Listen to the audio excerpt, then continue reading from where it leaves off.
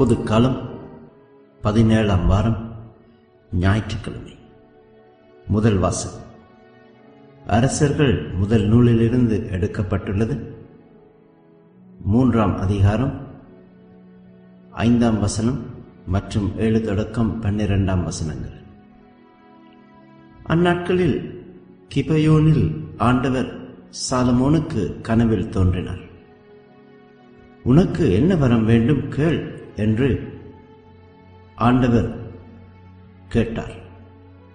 என் கடவுளாகிய ஆண்டவரே, நீர் அடியேனை என் தந்தை தாவீதுக்கு பதிலாக அரசனாக்கியுள்ளீர். நான் செய்வதறியாத சிறு பிள்ளை.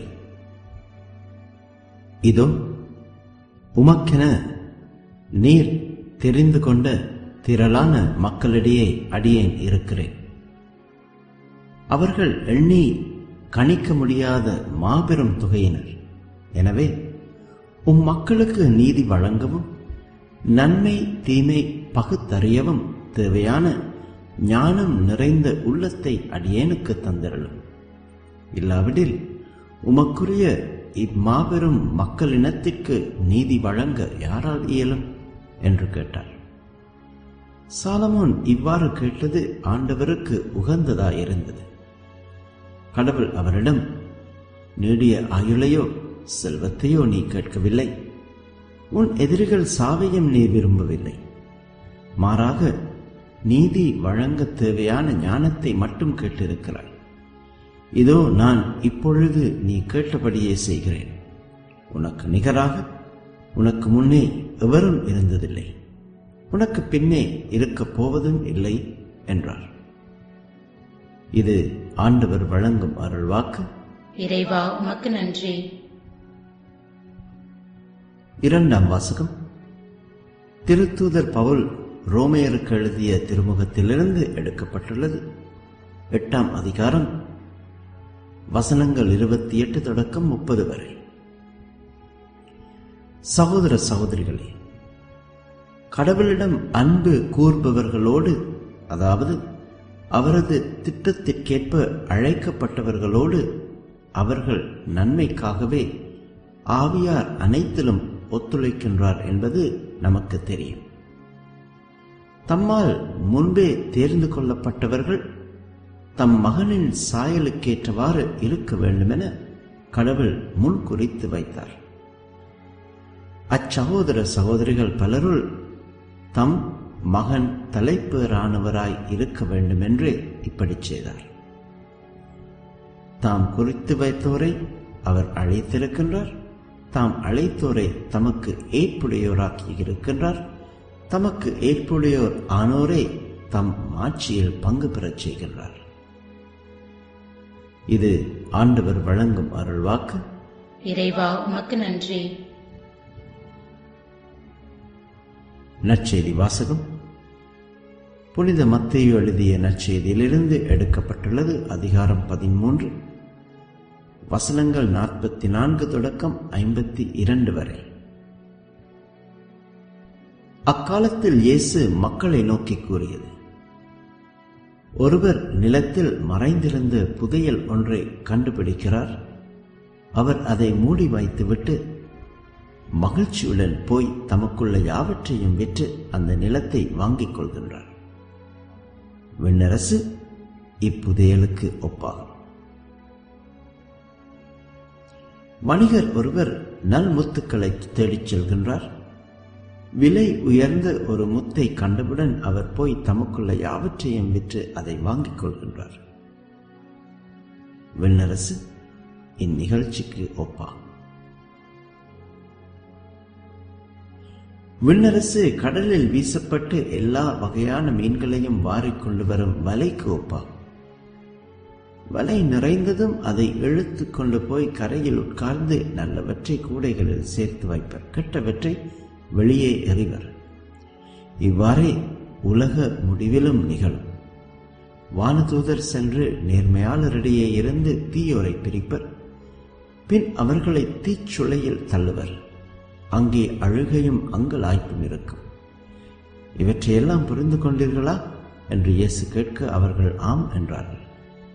பின்பு அவர், ஆகையால் விண்ணரசு பற்றி கற்றுக்கொண்ட எல்லா மறைநூல் அறிஞரும் தம் கருவூலத்திலிருந்து புதியவற்றையும் பழையவற்றையும் வெளிக்கொணரும் வீட்டு உரிமையாளரைப் போல் இருக்கின்றனர் என்று அவர்களிடம் கூறினார்.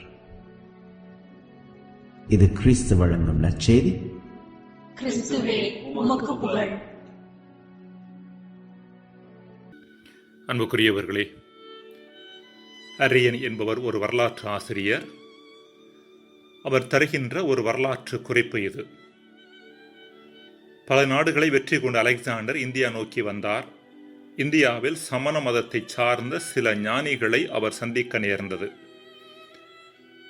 மாவீரனாக எல்லா நாடுகளாலும் போற்றப்பட்ட அலெக்சாண்டரை சமண ஞானிகள் கொஞ்சம் கூட கண்டுகொள்ளவில்லையாம். அதிர்ச்சி அடைந்த அலெக்சாண்டர் அவர்களது செயல்பாட்டிற்கான காரணம் என்னவென்று வினவிய போது ஒருவர் இவ்வாறு பதில் தந்தாராம். ஓ அலெக்சாண்டரே, ஒரு மனிதன் தான் தற்போது நிற்கின்ற இடம் மட்டுமே அவனுக்கு சொந்தம். நீயோ உலகம் முழுவதையும் உனக்கு சொந்தமாக்கிக் கொள்ள வேண்டும் என்று இடையறாது செயல்பட்டு கொண்டிருக்கின்றாய். பல மைல்கள் தூரம் கடந்து ஏராளமான போர்களை மேற்கொள்ளுகின்றாய். இவற்றால் எந்த பயனும் இல்லை. நீ உனக்கும் மற்றவர்களுக்கும் பிரச்சனையாக மட்டுமே இருக்கின்றாய். விரைவில் நீ இறக்கப் போகிறாய். அப்பொழுது மற்ற மனிதர்களுக்கு எவ்வளவு நிலம் ஒதுக்கப்படுகிறதோ அதே நிலம்தான் உனக்கும் ஒதுக்கப்படும். சமண ஞானியின் பதிலை கண்டு அலெக்சாண்டர் ஆச்சரியமடைந்தாலும் அந்த பதிலில் இருந்த உண்மைத்தன்மையை கண்டுகொண்டாலும் அவன் தன்னை மாற்றிக்கொள்ள தயாராக இல்லை என்று அரியன் குறிப்பிடுகின்றார். நம்மில் பலர் அலெக்சாண்டரை போலத்தான் காலை முதல் மாலை வரை இயங்குகின்றோம். மைல் கணக்காக அலைகின்றோம். எவ்வளவோ காரியங்களை சாதிக்க வேண்டும் என்ற எண்ணத்தோடு பல்வேறுபட்ட காரியங்களை செய்கின்றோம்.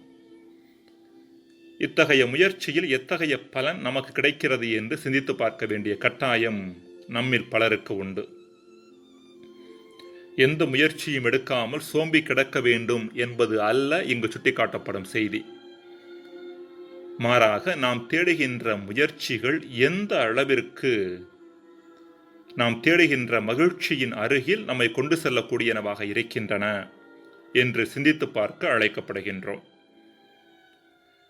கடவுள் சாலமோனுக்கு தோன்றி உனக்கு என்ன வர வேண்டும் கேள் என்று கேட்டபொழுது அவர் ஞானத்தை கேட்டதாக முதல் வாசகம் பறைசாற்றுகின்றது. சாலமோன் ஞானத்தை கேட்டது கடவுளுக்கு உகந்ததாக இருந்ததாக சுட்டிக்காட்டும் அரசர்கள் புத்தக நூலாசிரியர் சாலமோன் கேட்காத காரியங்களை குறித்து கடவுள் மகிழ்ச்சி அடைந்ததாகவும் குறிப்பிடுகின்றார். நீடிய ஆயுளையோ செல்வத்தையோ நீ கேட்கவில்லை, உன் எதிரிகளின் சாவையும் நீ விரும்பவில்லை என்று கடவுள் மகிழ்ச்சி அடைந்ததாக வாசிக்கின்றோம். அன்பிற்குரியவர்களே, வாழ்வில் 2 காரியங்கள் உண்டு. ஒன்று எதை தேட வேண்டும் என்கின்ற தெளிவு, 2 அதை தேடி அடைவதற்கான ஆற்றல். தெளிவும் ஆற்றலும் ஒருங்கிணைந்து செல்லுகின்ற போதே வாழ்வு முழுமையடைகின்றது. சில மனிதர்களிடம் தெளிவு இருப்பதில்லை, ஆனால் ஆற்றல் இருக்கும். இவர்கள் அலெக்சாண்டரை போல அவசியமற்றவற்றின் பின்னால் சென்று தங்கள் வாழ்வை வீணடித்துக் கொள்ளுகிறார்கள். இத்தகையவர்களே தாங்கள் தேடியது கைக்கு கிடைத்தால் கூட அதில் நிறைவடையாமல் வேறு சில காரியங்களை தேடிச் செல்ல ஆரம்பிக்கின்றனர். இவர்கள் காற்று அடித்துச் செல்லப்படும் பதர் போன்றவர்கள். திருப்பாடல் 1 இறைவசனம் 4. வேறு சில மனிதர்களிடம் தெளிவு இருக்கும், ஆனால் ஆற்றல் இருப்பதில்லை. வாழ்வில் எத்தகைய காரியங்கள் நம்மை நிறைவின் பாதையில் வழிநடத்தும் என்கிற தெளிவு இருந்தாலும் அந்த பாதையில் நடப்பதற்கான ஆற்றலை தமதாக்க முயற்சிப்பதில்லை. இத்தகைய தெளிவையும் ஆற்றலையும் ஒரு சேர தமக்குள் பெற்ற 2 மனிதர்களையே இன்றைய உவமையில் இயேசு சுட்டிக்காட்டுகின்றார். நல்முத்தை தேடிச் சென்ற வணிகரும் புதையலை தேடி கண்டுபிடித்த மனிதரும் அவற்றை பெறுவதற்காக வாழ்வின் ஏனைய காரியங்கள் அனைத்தையும் குப்பை என கருத தயாராக இருந்தனர். நல்முத்தையும் புதையலையும் பொருள் சார்ந்த காரியங்களாக பார்ப்பதை விட வாழ்வின் உயர் பரிமாணங்களாகிய ஞானம், இறையுறவு, அன்பு போன்றவையாக புரிந்து கொள்வது முக்கியமானது. இவற்றை செல்வமாக கருத ஆரம்பிக்கின்ற பொழுது நாம் செல்வம் என்று கருதும் அனைத்தும் குப்பைக்கு சமமானது என்கிற தெளிவு நமக்கு வந்துவிடும். புனித பவுல், என்னை பொறுத்த மட்டில் என் ஆண்டவராம் கிறிஸ்து இயேசுவை பற்றிய அறிவே நான் பெரும் ஒப்பற்ற செல்வம். இதன் பொருட்டு மற்ற எல்லாவற்றையும் இழப்பாக கருதுகிறேன். அவர் பொருட்டு நான் அனைத்தையும் இழந்துவிட்டேன். கிறிஸ்துவை ஆதாயமாக்கிக் கொள்ள எல்லாவற்றையும் குப்பையாக கருதுகிறேன் என்று கூறுவது குறிப்பிடத்தக்கது. பிலிப்பியர் 3:8. அன்புக்குரியவர்களே, வாழ்க்கையில் சரியானதை தேர்ந்தெடுத்து அந்த தெளிவின் பாதையில் பயணிக்கின்ற பொழுது கடவுளுடைய துணை நமக்கு வழங்கப்படுகிறது என்கிற செய்தியை புனித பவுல் 2ஆம் வாசகத்தில் தருகின்றார். கடவுளிடம் அன்பு கூறுபவர்களோடு, அதாவது அவரது திட்டத்திற்கு ஏற்ப அழைக்கப்பட்டவர்களோடு, அவர்கள் நன்மைக்காகவே ஆவியார் அனைத்திலும் ஒத்துழைக்கிறார் என்பது நமக்கு தெரியும் என்கின்றார் பவுல். ஜெபம். இறைவா, சரியானவற்றை அடையாளம் கண்டுகொள்வதற்கான ஞானத்தையும் அடையாளம் கண்டுகொண்டவற்றை அடைவதற்கு தேவையான ஆற்றலையும் எமக்கு தாரும். ஆமேன்.